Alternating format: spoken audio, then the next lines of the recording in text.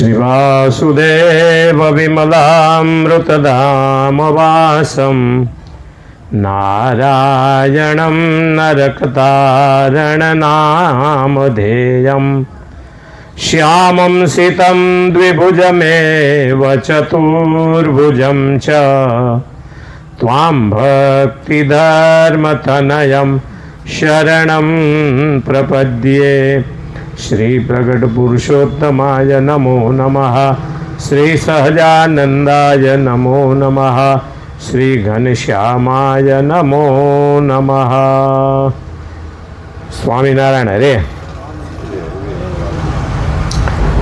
निष्कुळानंद स्वामीए लखेली अनेक काव्योनी અહીં લાઈન કરેલી છે, એમાં પહેલું જ કાવ્ય છે પુરુષોત્તમ પ્રકાશ. ભગવાનનું મહાત્મ્ય કેવું છે એનું અહીંયા બહુ સરસ મજાનું આબેહૂબ શાસ્ત્ર માન્ય વર્ણન કર્યું છે. આપણી જેમ મન ઘડંત નહીં. આપણે શું કહેવાયેલો ભોગો કરીને એક હરિભગત હતા, તે હજી નવા નવા જ આવેલા સત્સંગમાં એમ કે સ્વામિનારાયણ ભગવાન છે, સ્વામિનારાયણ ભગવાન છે, હાલો જઈએ દર્શન કરીએ, આપણો સંકલ્પ પૂરો કરે તો માનીએ ભગવાન છે, નહીં તો નહીં. લો, આપણો સંકલ્પ પૂરો ન થાય ભગાનો ભગવાન મટી જાય. તેણે એવો સંકલ્પ કર્યો કે જો સ્વામિનારાયણ ભગવાન સાચા હોય ને તો સ્વામિનારાયણ સભા વચ્ચે ડૂંટી ઉપર રૂપિયો દાનમાં મૂકવો છે, એ મૂકવા દે. હવે ડૂંટી ઉપર રૂપિયા મૂકવાનું કંઈ શાસ્ત્રમાં ક્યાંય વર્ણન છે? તે આવીને ઉભો રહ્યો આમ વાંહે, સભા વાંહે. તે મહારાજને એમ થયું કે આ ભગો જ્યાં સુધી રૂપિયો નહીં મૂકવા દે ને ત્યાં સુધી આપણને ભગવાન નહીં માને, એટલે હવે એને મુકાવવો પડશે. એટલે મહારાજ આડા પડી ગયા ઢોલિયા ઉપર. તે મુક્તાનંદ સ્વામી આવ્યા. મહારાજ શું થઈ ગયું, શું થઈ ગયું? નાડી જોવા માંડ્યા કે કંઈ નથી થયું સ્વામી. ઓલો ભગલો ઉભો ઉભો વિચાર કરે છે કે મહારાજ ડૂંટી ઉપર રૂપિયો મૂકવા દે તો ભગવાન સાચા. ભગાને કહેલા ભગા આવા અને આ મૂકી દે હાલ તારો રૂપિયો. તે ભગાએ રૂપિયો મૂકીને કે હવે તમે ભગવાન હાચા. હવે ન મૂકવા દીધો હોત તો ભગવાન ખોટા થઈ જાત ને. એવું નિષ્કુળાનંદ સ્વામીએ નથી કીધું હો કે આ ડૂંટી ઉપર રૂપિયા મૂકવા દે તો જ ભગવાન હાચા. શાસ્ત્ર માન્ય અહીંયા વર્ણન છે. ઓલું ભગાનું ઘરનું કાઢેલું ગતકડું હતું. આમ કરે તો ભગવાન હાચા. એક હરિભગતે એવો સંકલ્પ કર્યો. શ્રીજી મહારાજ એમના ઘેરે ઉતરેલા અને બેન હતા તો સત્સંગી, પણ કે મારા ઘેરે આ ગાયનું દૂધ અમે લઈએ છીએ, ગાયનું છાણવા છીદું કરીએ છીએ. ગાય અમને દર ત્રીજા દિવસે છાસવારો હોય ત્યારે સવા શેર ઘી આપે છે, પણ જો સવા શેરના બદલે 2.5 શેર થાય ને આ વખતના વારામાં તો સ્વામિનારાયણ ભગવાન હાચા કે. લે, તે હવારે છાશ તૈયાર થઈ, માખણ ઉતર્યું, સવા શેરના બદલે 2.5 શેર ઘી થયું. પણ શ્રીજી મહારાજે એવું ચરિત્ર કર્યું, એના ધણીને કીધું કે ગામમાંથી જાવ ને ક્યાંક ગાયનું ઘી જો મળે ને તો 2.5 શેર જેવું ઘી જોઈએ અમારે. તે ઓલો બિચારો ગામમાં 7 જગ્યાએથી લઈ આવ્યો ઘી. અહીં લાવે તપેલીને, હું ગે આ તો વાસી છે, તાજું નથી, તાજું જોઈ છે આપણે. વળી બીજેથી લઈ આવે, કોકના ઘેરે તો હોય ને જાજી ગાયું, અહીંયાથી લાવીને કે લો મહારાજ આજનું જ બનાવેલું. આમ ઊંઘીને કે આ વાસી છે. 7 જગ્યાએ ફર્યો ભગત, પગ ફરી ગયા. પણ મહારાજે કીધું કે હજી જા બીજે ક્યાંક તાજું મળે અહીંયાથી લાવ. એમાં એમના ઘરના ધણિયાણીએ વાત કરી કે કેમ આટા માર કરો તપેલી લઈને. એટલે કે મહારાજે ક્યાં પણ હા ખાવા દે છે. મહારાજે તાજું ઘી માંગ્યું છે ગાયનું, અને હું લાવીને આજના વાળાનું લાવું તો કે ના આ તાજું નથી. કે કેટલું માગે છે? કે 2.5 શેર. તો કે આપણા જ ઘેરે આજ ચમત્કાર થયો, લઈ જાઓ. 2.5 શેર ઘી આપણા ઘેરે જ થયું છે. રોજ સવા શેર થાય, આજે 2.5 શેર થયું છે. કે ઓલો તપેલીમાં ભરીને લઈ ગયો લાઈવ ને તારે કે બહાર ધક્કા ખાખા કર્યા મેં તે અને 2.5 શેર ઘીની તપેલી લઈને આવ્યા ને મહારાજ આમ ઊંઘીને કે આ તાજું છે લ્યો, આ ઘી તાજું છે. શું કામ? તારી ઘરવાળીએ સંકલ્પ કર્યો તો 1.25 શેરના બદલે 2.5 શેર ઘી થાય તો સ્વામિનારાયણ હાચા. 2.5 શેર ઘીનો જ હું છું. ભગવાન કેવડા? 2.5 શેર ઘીના. ભગવાનને આપણી આવી ફૂટપટીઓથી માપવા નહીં કોઈ દો કે આમ કરી દે તો જ ભગવાન, આમ ન કરે તો ભગવાન નહીં. એવું ક્યારેય ભગવાનના બાબતમાં સંકલ્પ કરવો નહીં. જે કરે તે ભગવાન કરે છે. એના લખાણ ન હોય કે આમ જ કરે તો સાચા ભગવાન. ભગવાન સ્વતંત્ર છે. હમણાં હવે આવશે જ કે ભગવાન કેવા છે કે સ્વતંત્ર છે. અને સ્વતંત્ર હોય એ તમારા સંકલ્પને આધીન થઈ જાય. આમ કરે તો ભગવાન સાચા, નોય કરે કેમ? એની મરજીની વાત છે. મહારાજ કે સત્સંગ કરવો ને એ પોતાના જીવના કલ્યાણ માટે કરવો, પણ ગામ ગરાસ જતો રહ્યો હે પાછો આવે, અથવા તો છોકરા મરી જાય છે તે હવે આ વખતનું બાળક આવે એ જીવતું રહે, અથવા તો ધન સંપત્તિ લૂંટાઈ ગઈ છે તો પાછી આવે, અથવા તો દેહમાં કંઈક દીર્ઘ રોગ થયો છે તો મટી જાય. આવા બધા સંકલ્પથી સત્સંગ કરવો નહીં. કારણ કે ભગવાનની ઈચ્છા હોય ને મટી જાય, તકલીફ હોય એ દૂર થઈ જાય તો એ ડબલ ભગવાન માને હો, બહુ મોટા ભગવાન, સર્વોપરી ભગવાન. અને જો નો મટે, નો તકલીફ દૂર થાય તો કે હવે સ્વામિનારાયણમાં પહેલા જેવો પરચો નથી રહ્યો. પહેલા પરચા બહુ આપતા હતા સારંગપુરના હનુમાનજી, હવે નથી દેતા. તે નો જ દે ને. આપણા ભાવ ક્યાં સુધર્યા છે? બગડેલા આપણે છીએ. કારેલા હોય ને ફ્રીજમાં જાય ને એટલે જે હળેલા કારેલા હોય ને એ અંદર ફ્રીજમાં હળેલા જ રહે. એ કે ફ્રીજમાં જાય એટલે કે હારા થઈ જાય ને હાજા થઈ જાય એવું નથી. હળેલા કારેલા ફ્રીજમાં મૂકો, હળેલા જ પાછા બહાર આવે જ્યારે તમે કાઢો ત્યારે. પછી આપણે એમ કે ફ્રીજ બગડી ગયું છે હવે, એટલે ફ્રીજ ને જ બગડ્યું, કારેલું જ બગડેલું છે. એમ ભગવાનમાં કે દેવમાં કોઈ ચમત્કાર ઓછા થયા નથી. આપણી શ્રદ્ધામાં, આપણી ભાવનામાં ઓટ આવી છે એટલે આપણું કામ ભગવાન કરતા નથી. આપણી શ્રદ્ધા ગજબની હોય તો ભગવાન આજ પણ કળિયુગમાં કામ કરે છે. આજ કળિયુગમાં પરચા પૂરે પ્રભુજી, સ્વામિનારાયણ સત્ય છે.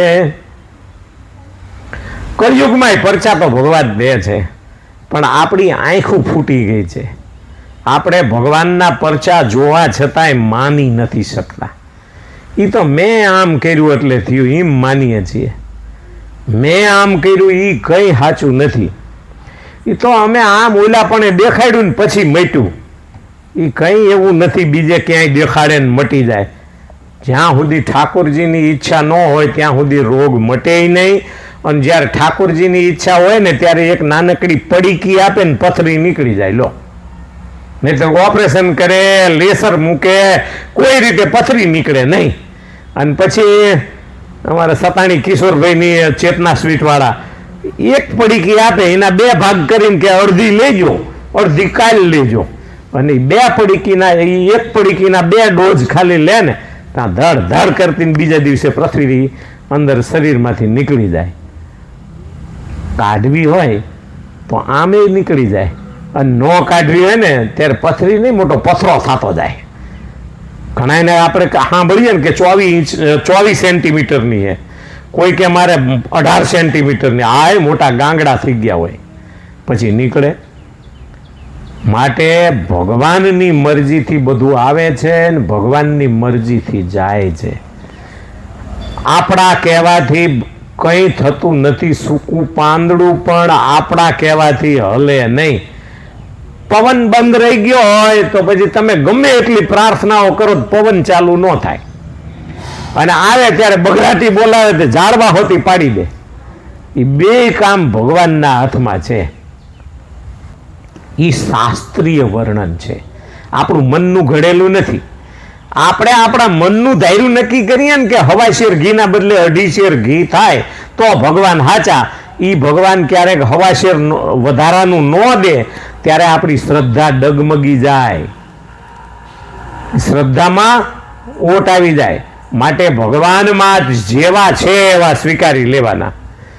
એવો કોઈ દી સંકલ્પ ન કરવો કે આમ થાય તો જ ભગવાન.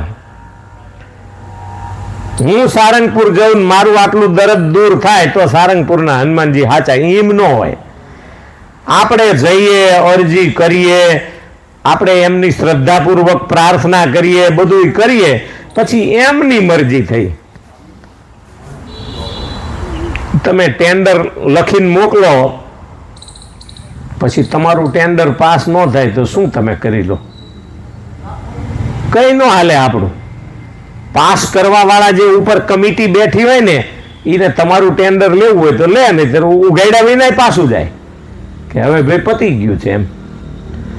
એમ પરમાત્માની પાસે આપણા ટેન્ડર ભરવાના ખરા, પણ પાસ થાય કે ન થાય. પાસ થાય તો રાજી થવાનું, ના પાસ થાય તોય રાજી થવાનું. ભગવાનની મરજી એવી હશે કે આટલું નહીં, હજી આથી મને વિશેષ દેવું હોય છે એટલે અત્યારે કંઈ આપ્યું નથી, આમ માનવાનું. હવે સ્વામી એમ કે છે ભગવાન કેવા છે? એ છે સ્વતંત્ર સર્વાધાર રે, એવા ભક્તિ ધર્મના કુમાર રે, અનંત કોટી મુક્ત બ્રહ્મ રૂપ રે, તેમને ઉપાસવા યોગ્ય પરે. ભગવાન કેવા છે? સ્વામી કહે છે કે એ અક્ષરધામમાં જે ભગવાન બિરાજે છે એ કેવા છે કે એ છે સ્વતંત્ર સર્વાધાર. ભગવાન સ્વતંત્ર છે, આપણા વિચારોથી એ આધીન ન થાય. ભગવાન આપણા કોઈ પણ સાધનથી ભગવાન આધીન ન થાય. હા, અહમ ભક્ત પરાધીન. ભગવાન કહે છે કે હું કોઈને આધીન નથી પણ મારા ભક્તને આધીન છું. એટલે ભક્ત થવું પડે બચુબા. જે ભગત થાય ને એના આધીન ભગવાન થઈ જાય. લો કેવી રીતે આધીન થાય કહું. બચુભાને મેં કીધું તમે બેસી જાઓ, પગ દુખશે તો કે પણ ઓર્ડર થયો છે કે. મેં કીધું મર્યા આવે. એ કે હું આટલી પરિક્રમા કરું છું, તમારે ઓછામાં ઓછી 20 તો કરવી જ જોઈએ કે. એટલે કે 20 કરીને છૂટક્યો છે. આ સ્વતંત્ર ન કહેવાય, આધીન કહેવાય. શું કામ? ઘરનાનો પ્રેમ એવો છે કે તમે ફરો જ એમ, ભલે પગ દુખે થોડા તો ઘરનાનું તમે માનો ખરા, નહીં તો મૂછાળા. પણ શું કામ માન્યા? કે ઘરવાળાનો પ્રેમ એવો છે ભગવાન માટે, એ તમને પ્રેરણા કરે છે ફરો પ્રદક્ષિણા, ભગવાન બધું સારું કરશે. અને ફેર્યા 20 નહીં 35 જેવી ફેર્યા, 50 ફરી ગયા ને. લો 50 પ્રદક્ષિણા કરી નાખી કહો. હા, જો ઓલું આમાં ચાવી ચડાવીને ન મોકલા હોત તો ન થાત. આ ચાવી આપી હતી ને એટલે ચાવી ન ખૂટી ત્યાં સુધી ફેર્યા. બોલો. એટલે જ્યાં આધીનતા આવે, પ્રેમ આવે, ત્યાં ભગવાન પણ ભક્તને આધીન થઈ જાય છે. ભગવાન એમ કે ભાઈ બધે હું જે મારું ધાર્યું હોય નહીં કરીશ, પણ હું દાદા ખાચરની બાબતમાં, લાડુબા જીવુબાની બાબતમાં મારું ધાર્યું નહીં કરું. એ લોકોને જે ગમશે એ હું કરીશ. ભક્તને ગમે એ ભગવાન કરે. બોલો. દ્રૌપદીને ન ગમે ને તો કૃષ્ણ કંઈ ન કરતા. પહેલા દ્રૌપદીને એકાંતે મળતા, અરે યુદ્ધ જેવું યુદ્ધ કરવાનું થયું ને મહાભારતનું, પછી બધાની હારે સંમતિ કરી લીધી, નક્કી થઈ ગયું કુરુક્ષેત્રમાં લડાઈ કરવાની છે, આ તારીખે ચાલુ થશે, બધું ફાઇનલ થઈ ગયું છે. અને બધું નક્કી થઈ ગયા પછી એમ થયું કે દ્રૌપદીને પૂછ્યું નથી, જો દ્રૌપદી ના પાડે ને તો આ યુદ્ધ ન કરાય, એ કે તો જ કરાય. દ્રૌપદી સાથે ભગવાનનો એવો નાતો, સખી કહેતા એમને. અને દ્રૌપદી પણ ભગવાનને સખા ભાવથી રાખતા, મિત્ર ભાવે જ. અર્જુન અને દ્રૌપદી બે જણા ભગવાનને મિત્ર તરીકે રાખતા. એટલે એકાંતે ભગવાન મળ્યા, દ્રૌપદીને કીધું કે બધું જામગરી અડાડીને તો આવ્યો છું, યુદ્ધ નક્કી થઈ ગયું છે, પણ તમારી શું મરજી છે એ કહો દ્રૌપદી. દ્રૌપદી કે નુકસાન કેટલું? તો ભગવાન કે તમારા 5 પતિમાંથી એકેયનો માથાનો એક વાળ ખંડિત નહીં થાય. તો કે જવા દો, તમે તમારે કરો, પણ કે તમારા દીકરા મરી જાય છે. કે ભલે મરે, પણ ધર્મનું સ્થાપન થશે ને, અધર્મી તો મરશે ને. કે હા, અધર્મી બધા નાશ થઈ જશે અને ધર્મનું સ્થાપન થઈ જશે. તો દ્રૌપદી કે તમ તાર કરો, મારી ઈચ્છા જ છે. આમે ઘણા ટાઈમથી આ અધર્મીઓને કેમ કરીને હંજવાળી કાઢવી હું વિચારતી જ હતી, અને તમે આ ગોઠવું છે, કરો. ભગવાન કે હવે વાંધો નહીં. બોલો, ભક્તને આધીન ભગવાન. દ્રૌપદી ના પાડે ને કે ન કરાય યુદ્ધ, તો ભગવાન ટાળી દે. કારણ કે એને 2 કોરથું આવડતું હતું ને. એવું નહોતું કે ભગવાન કે કૌરવો ન માને, એમને કરવું નહોતું, એવું સમાધાન કરવું જ નહોતું. કારણ કે ભાર વધી ગયો હતો ને, હળવો કરવો હતો.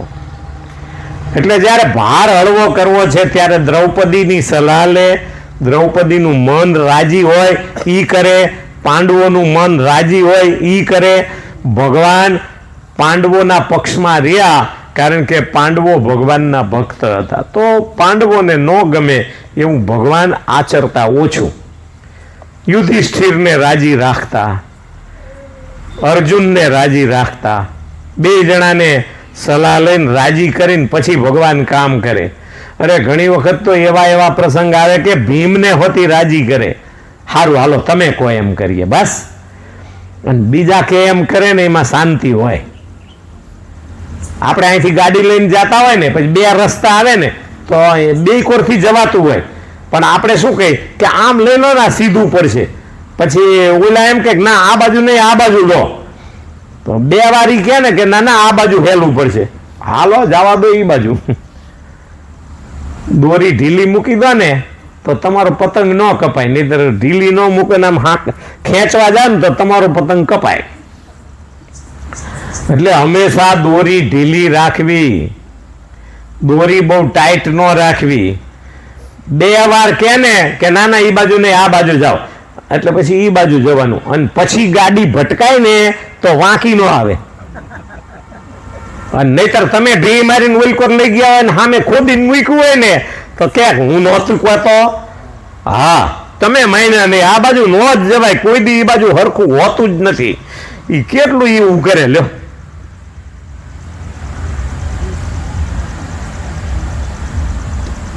એટલે ભગવાન કેવા છે? સ્વતંત્ર છે, પણ ભક્તને આધીન છે. ભક્તની ઈચ્છાને પૂરી કરવા માટે ભગવાન બધું જ કરે. ક્યાંક આપણને અધર્મ જેવું દેખાય ને એ પણ ભગવાન કરે. ભક્તને આધીન ભગવાન છે. એટલે અહીંયા મહારાજને માટે એવો શબ્દ સ્વામીએ મૂક્યો, એ છે સ્વતંત્ર સર્વાધાર રે, એવા ભક્તિ ધર્મના કુમાર રે.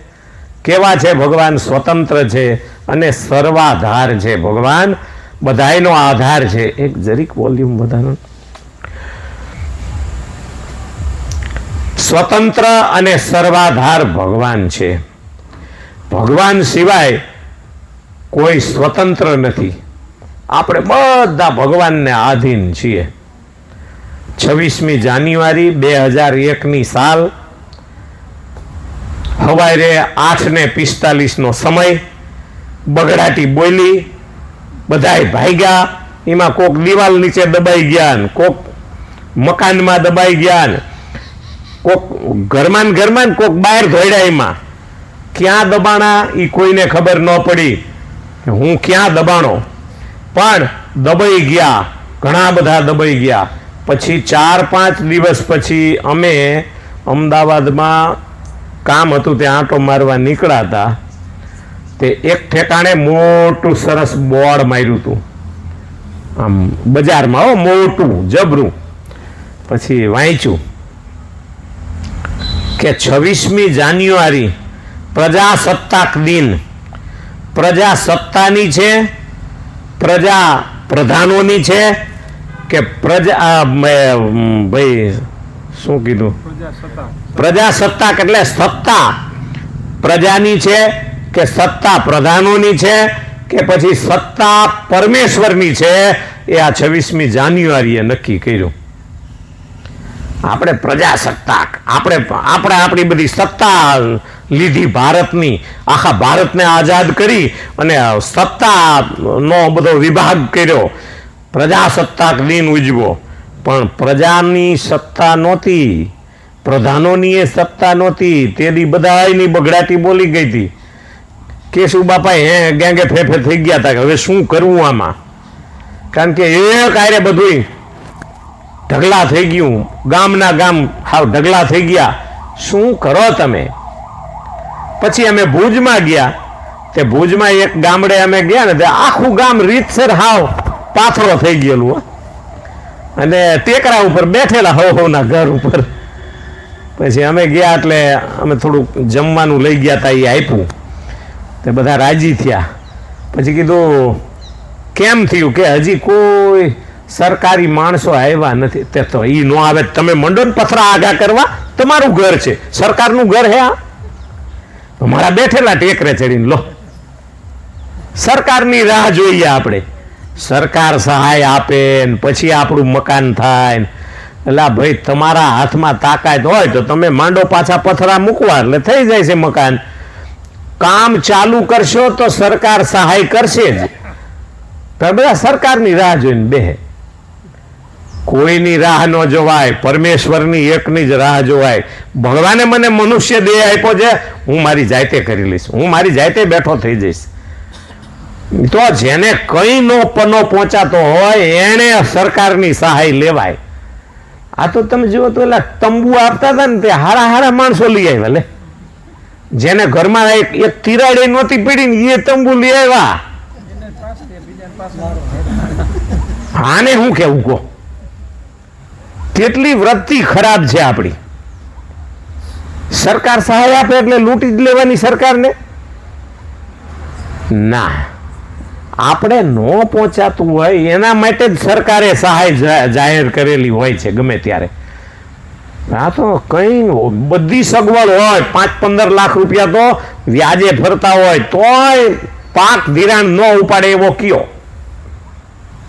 બધા ઉપાડી આવે. લે, કારણ કે એમાં હાવ ઓછામાં ઓછું વ્યાજ, કઈ જોખમ નહીં, બધા ઉપાડી આવે. અને પાછા જે દી ભરવાનું હોય તે દી ભરીને બીજે દી પાછા ઉપાડી લે.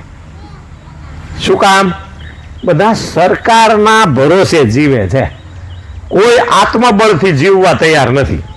આત્મબળથી જીવતા હોય એને સરકારી સહાયો લેવાની જરૂર ઓછી પડે. ઠીક છે, કોઈ એવી જરૂરી હોય ને લો, પણ બહુ સરકારને ડિપેન્ડ ન થવાય. આપણે સરકારની રીતે વહીવટ કરે છે, કરવા દેવાય.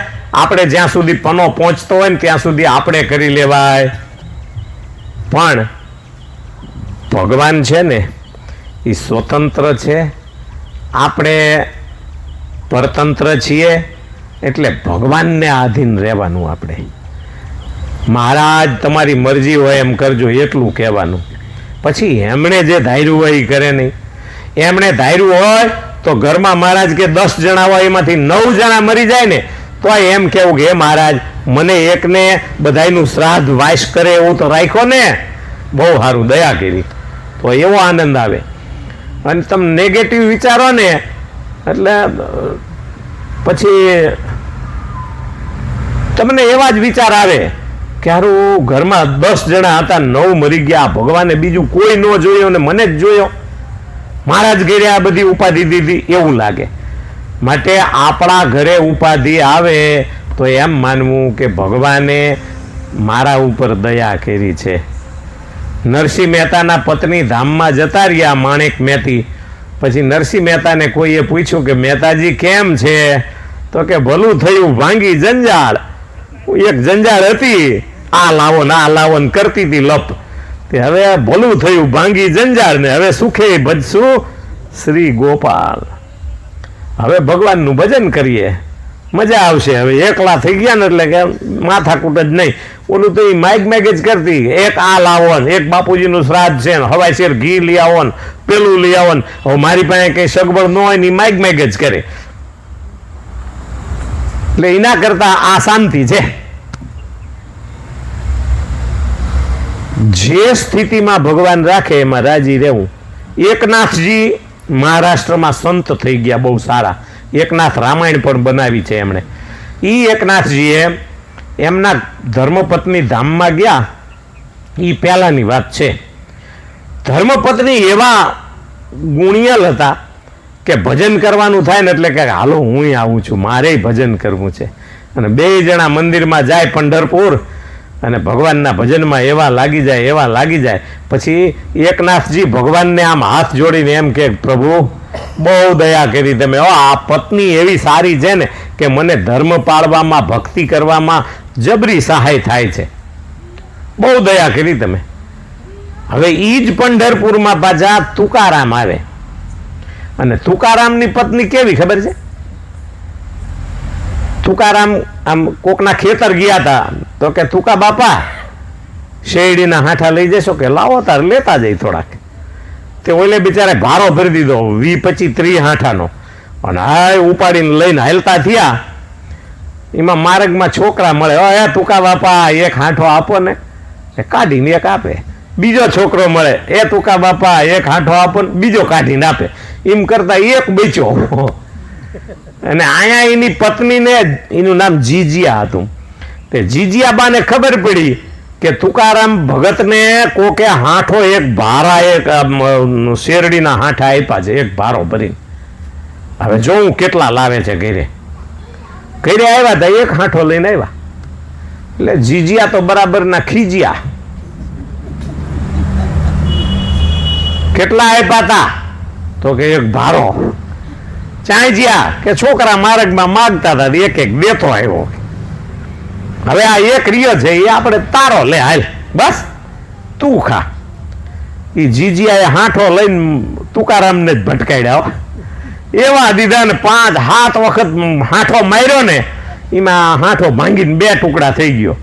2 ટુકડા થયો એટલે જે હેઠે પડી ગયો હતો ને, એ ટુકડો લઈ અને તુકારામ કે મને ખબર જ હતી કે તું એકલી નહીં ખા, મને દઈશ તો કરી. આવી કજિયાળી બાઈ. મંદિર જાય ને એટલે તુકારામ એમ કે હે ભગવાન બહુ દયા કરી છે, ઘરે રહેવાની ઈચ્છા જ નથી થતી, જોવો એટલે ઝઘડો ચાલુ. એના કરતા આ મંદિરમાં તમારું જેટલું થાય એટલું ભજન કરું છું. એકને પત્ની મરી ગઈ છે તોય ભલું થયું, ભાંગી જંજાર. બીજાને પત્ની કજિયાળી છે તોય કે ભગવાન બહુ દયા કરી તમે. અને એકને પત્ની ધર્મ પાળવામાં મદદ કરે છે તો પણ ભગવાનની કૃપા માને. ત્રણેય સ્થિતિમાં જેને રાજીપો રહે ને એનું કામ થાય. આપણે બધી સ્થિતિમાં ભગવાનનો રાજીપો નથી માની શકતા. કેવી રીતે? સૂત્રે મણી ગણાય, મોતીઓ સરસ મજાના હોય અને એને એક દોરામાં પરોવી અને પછી ઉપર ગાંઠ વાળી દે એટલે એ જેમ માળા બની જાય એમ આ આખી દુનિયાને હું મારી શક્તિથી માળા બનાવીને રાખું છું. જો ભગવાનનો આધાર ગાંઠ છે એ છૂટી જાય ને જરાક તો માળા વિખાઈ જાય બધાયના. કોઈનો માળો હરખો ન રહે. આ કોરોના આવ્યો તો માળા કેટલાયના વિખાઈ ગયા. સારું થયું વળી તાત્કાલિક કંઈક વેક્સિન મળી ગઈ ને પતી ગયું, બધાને શાંતિ થઈ ગઈ. નહીં તો આપણા ભારતના તો ભૂકા કાઢી નાખવાનો હતો. કારણ કે એટલી વસ્તી અને કોઈ પ્રકારનો નિયમ નહીં. પણ આ તો ભગવાને દયા કરી અને વળી વૈજ્ઞાનિકોને પ્રેરણા થઈને એણે કોરોનાની વેક્સિન શોધી કાઢી અને બધાને એ ટીપું આપી દીધી ને કામ થઈ ગયું ને બધાને શાંતિ થઈ ગઈ. અત્યારે કોરોના ભૂલી ગયા. પહેલા ભૂકંપ ભૂલ્યા, પછી કોરોના ભૂલ્યા, એ પહેલા ઓલું સુનામી ભૂલ્યા, એ પહેલા ઓલો ભુજનો પાણીનું આવ્યું હતું ને દરિયામાંથી મોજું, એ પછી ભૂલ્યા. આમ નામ એક એક ભૂલીએ છીએ ને ભગવાન બીજું દે કરે. પણ જો પહેલા વાળું યાદ રાખો ને તો બીજું ભગવાન ન આપે. પહેલા વાળું યાદ રહેવું જોઈએ કે ભૂકંપ આવ્યો તો આપણે માંડ બચ્યા છીએ, હવે હરીભજી લેવા પડે. તેથી 1-2 મહિના જ બધાએ ભજ્યા હો. તમે જો તો જવાનિયા છોકરા હોય ને તો મંદિરમાં ભરતી હતા, એટલે આમાં એકેય જવાન દેખાય છે, 2 3 4 છે, બાકીના બધા મોટી ઉંમરવાળા છીએ. અમે મોટી ઉંમરના, તમે મોટી ઉંમરના. શું કામ? હવે ભૂકંપ વિયો ગયો, કોરોના વિયો ગયો, એટલે હવે કોઈને ડર નથી. બાકી જો હમણાં એક પાછું જરાક હરખું કરે ને પાછા બધા મંદિરમાં આવતા દોડતા થઈ જાય. જવાનિયા હોય તો ભલે, કોલેજિયન હોય તો ભલે, ન માનતા હોય ને ઈશ્વરને, એ મંદિરમાં જાતા થઈ જાય. ભગવાન બધાયના આધાર છે. આપણે કોઈના આધારે છીએ, ભગવાન આપણા આધારે નથી. ભગવાને આપણામાં પ્રવેશ કર્યો છે, આપણે ભગવાનમાં પ્રવેશ ના કરી શકીએ, કારણ કે આત્મા વિભુ નથી. છે તો થોડોક જ વિભુ છે, પોતાના શરીર પૂરતો એ પ્રવેશ કરી શકે છે, બીજે બધે પ્રવેશ ન કરી શકે આત્મા. ત્યારે ભગવાન તો કણ કણમાં વ્યાપી શકે છે. માટે ભગવાન છે ને એ બધાયના આધાર છે. એક મોતીની માળાને વિખાવા ન દેવા માટે આખા બ્રહ્માંડમાં ભગવાન પોતાની સર્વ શક્તિને ગ્રહણ કરી અને આખા બ્રહ્માંડનું આધાર બન્યા છે ભગવાન.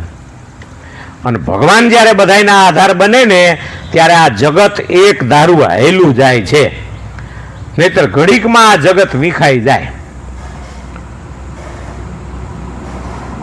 દોરામાં હોય ને ત્યાં લગી માળા કહેવાય બાપભાઈ, અને દોરામાંથી છૂટા પડી જાય એટલે મણકા થઈ જાય, પછી માળા ન કહેવાય.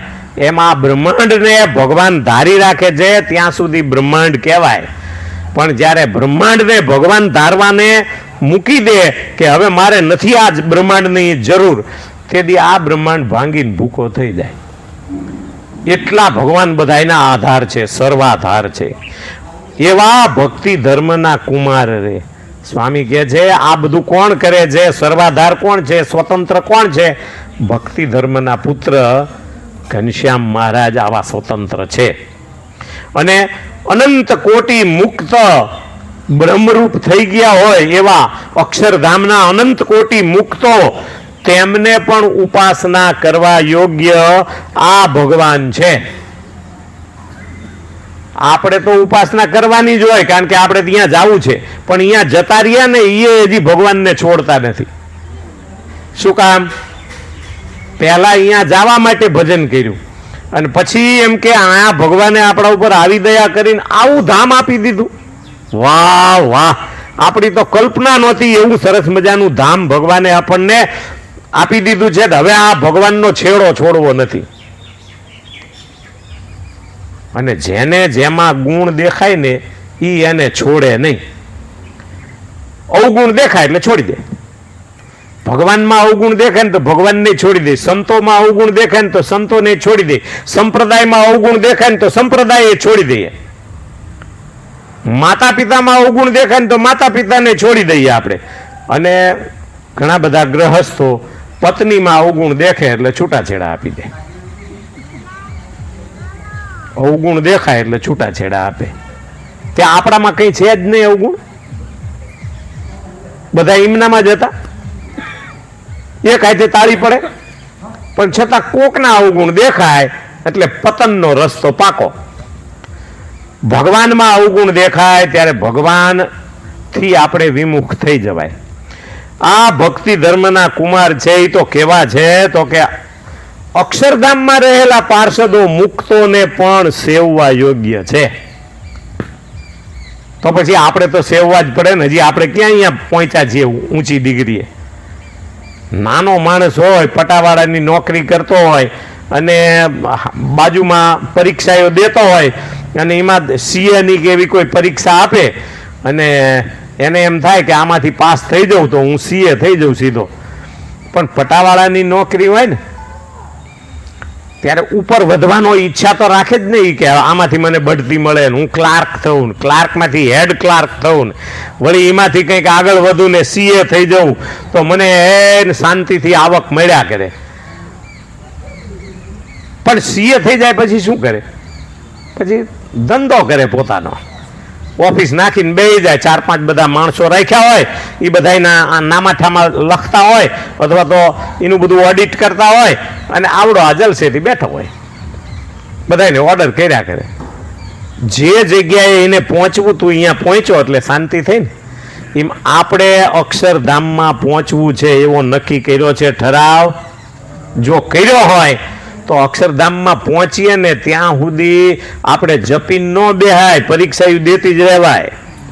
એમ કરતા કરતા એકાદ પરીક્ષામાં સીએમાં પાસ થઈ જઈએ તો આપણે અક્ષરધામના મુક્ત થઈ જઈએ. પછી અક્ષરધામના મુક્ત થઈ ગયા એટલે શું કરવાનું? અહીંયા નવરા બેહી રહેવાનું ના. અક્ષરધામમાં ગયા પછી અક્ષરધામના મુક્તો પણ જેની સ્તુતિ સતત કરે છે, જેનું ભજન સતત કરે છે. મહારાજ કે આ બ્રહ્માનંદ સ્વામીના અને આ પ્રેમાનંદ સ્વામીના મુક્તાનંદ સ્વામીના પદ બધાય ધામની અંદર પણ મુક્તો ગાય છે. કારણ કે ભગવાનના એ પદોની અંદર એટલો પ્રેમ ભર્યો છે કે ગોલોક, વૈકુંઠ, શ્વેતદીપ, બદ્રિકાશ્રમ કે અક્ષરધામ, જે તમે જેને નામ આપતા હોય એ બધાય ધામની અંદર આજ આ ભગવાનના ચરિત્રોના પદ ગવાય છે એવું મહારાજે કીધું. તો એ પદ જ્યાં ગવાતા હોય ધામની અંદર, તો એ બ્રહ્માનંદ સ્વામી એ બધા કેવા સંત છે. એ બધાએ ભજન કર્યું અને હજી અક્ષરધામમાં જઈને કરે છે. અહીંયા જઈને નવરા નથી બેસવાનું. એક જણ મને એમ પૂછતા હતા, એક સંત હતા બહુ વર્ષો પહેલા, મને કે અક્ષરધામમાં જઈને શું કરવાનું? મેં કીધું ભગવાનની મૂર્તિ સામે બેસી જવાનું. તો કે કંટાળો આવે. તો મેં કીધું તમને નહીં લઈ જાય. જે કંટાળી જતો હોય એને અક્ષરધામમાં શું કામ લઈ જાય? એ તમ તારે અહીં જલસો કરો ને અહીં વહીવટ કર્યા કરો. તમને કંટાળો ન આવે, ભગવાનનું દર્શન કરતા કરતા થાક ન લાગે, કરોડો યુગ વયા જાય તોય જાણે હજી એક ક્ષણે મેં ભગવાનના દર્શન નથી કર્યા, એટલો બધો જ્યારે વિસ્તાર તમારો મનનો થઈ જાય ત્યારે ભગવાન અક્ષરધામમાં લઈ જાય. હવે આને કંટાળો નહીં આવે, નહીતર એ કંટાળાનું ઝાડ તો ન જ લઈ જવાય. એને કંટાળો આવે ને અહીંયા લઈ જાય ને પછી અહીંયા જઈને બધું બખડ જંતર કરે તો એવાને શું અહીંયા કામ છે? ભગવાન એવા પરિપક્વ હરિભક્તોને લઈ જાય છે કે જેને આ લોકની કોઈ આસક્તિ ન હોય, જેને આ લોકમાં ક્યાંય અપેક્ષા ન હોય, જેને આ લોક સાથે કાંઈ લેવા દેવા ન હોય, ત્યારે એને અક્ષરધામમાં લઈ જાય. હવે આ દીકરો મારા સિવાય બીજા કોઈને ઈચ્છતો નથી. અનંત કોટી બ્રહ્માંડની જે હરે, ઉત્પત્તિ સ્થિતિ લય કહીએ તે હરે, એવી લીલા જેની અતિ સાર રે, એવા ધર્મ કુંવર કીર્તાર રે. નિષ્કુળાનંદ સ્વામી કહે છે કે આ ભગવાન કેવા છે? તો કે અનંત કોટી બ્રહ્માંડોની ઉત્પત્તિ સ્થિતિ અને પ્રલય રૂપ જેની લીલા છે. એ શું છે? ભગવાનનું કર્તવ્ય નથી, કરવું જ પડે એવું નથી, પણ ભગવાનની લીલા છે. એની લીલામાં આપણા કલ્યાણ થાય છે. ભગવાન એકલા હતા, એકોહમ બહુશ્યામ પ્રજાયેય, હું એક છું પણ મજા ન આવે એકમાં, એટલે હું થોડુંક સર્જન કરું તો મજા આવે. હું અવતાર લઈને જાઉં અને બધા જીવના કલ્યાણ કરતો આવું અને ભક્તિનું ધર્મનું સ્થાપન કરતો આવું અને એ મજાની લીલા લહેર થાય બધે ગામડાઓમાં, શહેરોમાં, બ્રહ્માંડોમાં. એટલે પછી ભગવાન એક હોવા છતાં અનેક સ્વરૂપમાં પ્રવેશ કરી અને આ બ્રહ્માંડની રચના કરે. કોણ કરે? હું તમે કરીએ છીએ. આ ઝાડવા આપણે બનાવ્યા છે, એના પાંદડા તો આપણે જ બનાવીએ ને. લેંબુડિયું એ આપણે બનાવીએ. તો આ ઝાડમાંથી તમે શું બનાવ્યું? ખાલી એક વખત પાણી પાયું, 5-25 વખત પાણી પાયું. આ સિવાય આપણે કંઈ કર્યું નથી. પાણી એ પારકું છે, એ કંઈ આપણે બનાવ્યું છે? આપણું છે શું? આપણા હાથમાં છે શું? પાણી ભગવાનનું, લીમડાનું બી ભગવાનનું, પૃથ્વી ભગવાનની, એ કંઈ આપણે નથી બનાવી. હા, તમે એમ માનતા હોય કે હાથ બાર મારા નામના છે એટલે આ જમીન મારી છે. હાથ બાર તમારા પહેલા કેટલાયના નામે ચડી ગયા છે. આ તમારો તો અત્યારે છેલ્લે વારો આવ્યો છે ને, હવે પછી તમે હરખા હાલશો તો બરાબર, નહીતર તો જુગાર રમવામાં જતી રહી છે હાથ બાર. કોને ખબર ક્યાં જતી રહે, કેટલાય ખેતરા વેચી દીધા હો. કાલે જ એક જવાનીઓ આવ્યો હતો, પછી કે એક કટકું મોટું હતું ને ઉડાડી દીધું, કે બધું દેવું ભરી દીધું. સારું કર્યું કીધું, એમાંથી છૂટ્યો, ચકેડા ચડતા બંધ થયા. બીજું હજી કે 60-70 વીઘા છે, તો કીધું જલસો કરીને લમતારે. પણ હાથ બાર તમારા છે એટલે જમીન તમારી નથી, જમીન તો પરમાત્માની છે.